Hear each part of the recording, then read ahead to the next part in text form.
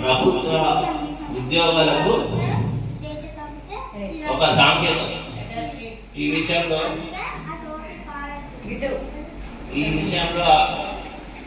మనకు ప్రభుత్వ ఉద్యోగం కావాలంటే ప్రభుత్వ పాఠశాల చదవాలి. మీరు ఎక్కడైనా చూడండి,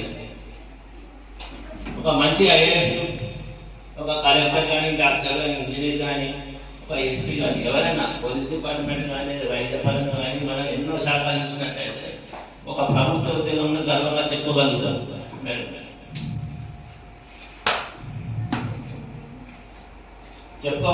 కాబట్టి మనం ఎక్కడ కూడా అంటే బాధపడే అవసరం లేదు. మన యొక్క చదువు అనేది మనకు వెన్నుదన్ను. కాబట్టి మన పిల్లలు కూడా, మేము కూడా ప్రభుత్వం కల్పిస్తున్నటువంటి పాఠశాల చదువుతున్నాం కాబట్టి గర్వంగా చెప్పుకోవాలి. అది వింటున్నారు పిల్లలు. మన అమ్మ అంటే మనకి మంచిగున్నా లేకున్నా ఇష్టపడ్డా కదా చెప్పండి. అమ్మ మంచిగా లేదు, పక్కింటమ్మ మంచిగా ఉంది, వాళ్ళ నాన్న మంచిగున్నాడు అని అంటామా? ఇది కూడా బడి అనేది మన తల్లి లాంటిది. కాబట్టి మనం ఎన్నట్టు కూడా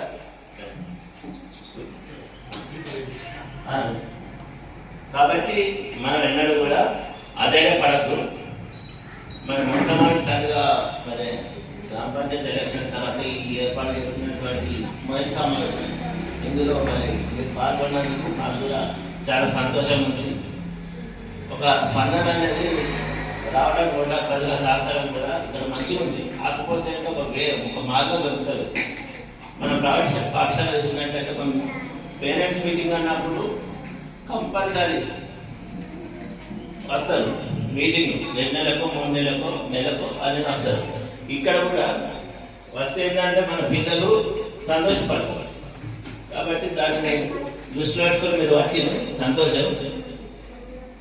మరి రేణుకా మేడం కూడా మరి ఈ పాఠశాల ఉద్దేశించిన విషయాన్ని మాట్లాడాల్సిందిగా కోరుచున్నాను. మేడం మాట్లాడిన తర్వాత మరి ఉపసర్పంచ్ మేడం, వసంత మేడం, తర్వాత పేరెంట్స్ నుంచి మాట్లాడి మరి ఏమేమి చేద్దాం, మరి ఎట్లా చేద్దాం, మనం పాఠశాలను సమాజ భాగస్వామ్యం కల్పిద్దాం. మరి పిల్లల్లో ఎక్కడైనా వెళ్దాపడ్డారు, దాన్ని ఏదో రకంగా ఫుల్ఫిల్ చేయాలి. అయితే పిల్లల దగ్గరలో లేకుంటే మా దగ్గరలో, పేరెంట్స్ దగ్గరలో ఎక్కడ ఒక పాయింట్ అని ఉంటుంది. ఇప్పుడు ఎగ్జామ్కి ఫ్యాన్ వస్తలేదు, ఎక్కడ ఒక సమస్య ఉంది. అది 6 కారణం, లేకుంటే అక్కడ ఇక్కడ కూడా చదవలేకపోవడానికి బాధ్యత అనేది ఎక్కడో కాదు ఉంటుంది. రాకపోవడం అనేది కాదు. సరే, ప్రత్యేక అవసరాలు కలిగిన పిల్లలు, వికలాంగుల పిల్లలు, సిడబ్ల్యూసీ పిల్లలు, వాళ్ళు వీళ్ళు ఉంటే వాళ్ళు వెనుకబడి ఉంటారు. చదువు అనేది అందరి సొత్తు, అది చదువుతున్న వాళ్ళ సొత్తు. కాబట్టి రాదు అనేది ఏముంటుంది, చదవడం ప్రయత్నం చేస్తే వస్తూ ఉంటుంది. మరి ఈ సమావేశాన్ని ఉద్దేశించి మాట్లాడుతున్నాం.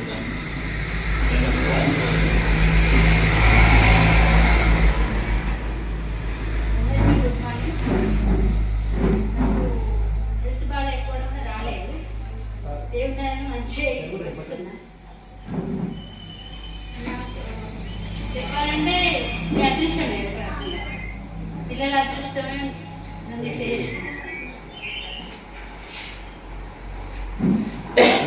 ఇప్పుడు నెక్స్ట్ ఇయర్ నాకు స్ట్రెంత్ పెరగాలి. స్ట్రెంత్ పెరగాలంటే ఏం చేయాలి? స్ట్రెంత్ అంటే పిల్లలు ఎక్కువ ఏం చేయాలి? ఒక్కొక్క పేరెంట్ ఒక్కొక్క పిల్లవాడిని, మీ పిల్లలతో పాటు ఇంకా పిల్లవాడిని కూడా తీసుకొస్తే మనకు స్ట్రెంత్ అనేది వెళ్తుంది. ఇప్పుడు మనకు స్టాఫ్ మంచిగా ఉండాలి, స్కూల్ కూడా బాగుంది, ఆ పేరెంట్స్ అన్నీ ఓకే ఉన్నాయి, కానీ స్ట్రెంత్ ఒకటి తక్కువ ఉంది. మనం డీవాస్ సార్ మెచ్చుకున్నాడా లేదా? మన పిల్లలు చదివి సార్ స్ట్రెంత్ తక్కువ ఉన్నా పిల్లలు ఉన్న పిల్లలైనా మంచిగా ఉన్నారు. 100% నుంచి సార్ చాలా గుడ్ అన్నాడు, స్కూల్ బాగుంది, ఉన్న నెక్స్ట్ ఇయర్ ఒకటి ఇచ్చింది sir. Sir next year strength పెంచుకోండి, నెంబర్ 1 స్కూల్ అవుతుందని చెప్పి.